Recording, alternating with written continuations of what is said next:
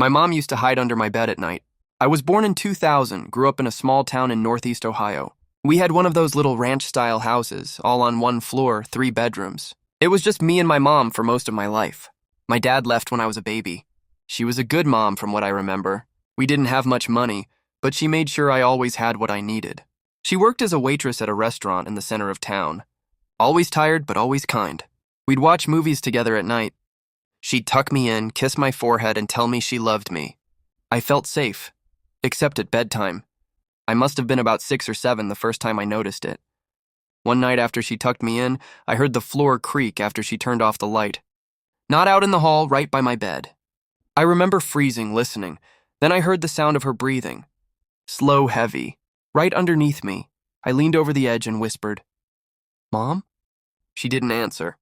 Just this soft little giggle, not mean, not playful, just weird. I called for her louder.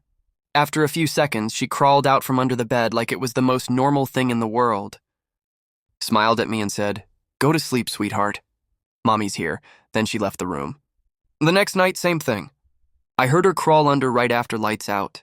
The soft thud of her knees and hands against the floorboards, the shift of the mattress as she settled in. Then the breathing. I was too little to really question it. I thought maybe it was just a game she liked to play.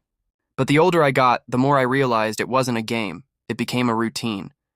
She'd tuck me in like normal, turn off the light, and then she'd get under the bed. Every single night. And then she started doing little things. She would tap on the wood under my mattress in these odd rhythms.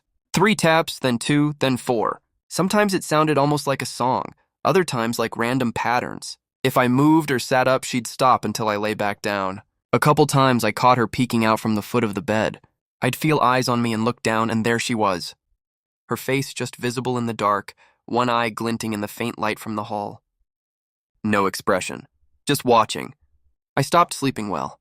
I'd lie stiff under the covers, too afraid to move or call for her. If I tried to leave the bed, she'd grab my ankle. Not hard, just enough to stop me.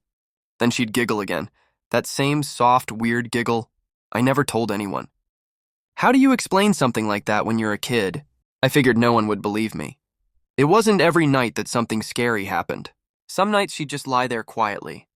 I'd hear her whispering to herself sometimes. Words I couldn't make out, soft and steady, like she was talking to someone I couldn't hear. This went on for years. During the day, she was totally normal. Made my lunch, helped with homework, joked with me, hugged me. I remember trying to work up the courage to ask her about it once when I was around 10. I said something dumb like, "Mom, why do you sleep under my bed?" She just blinked at me and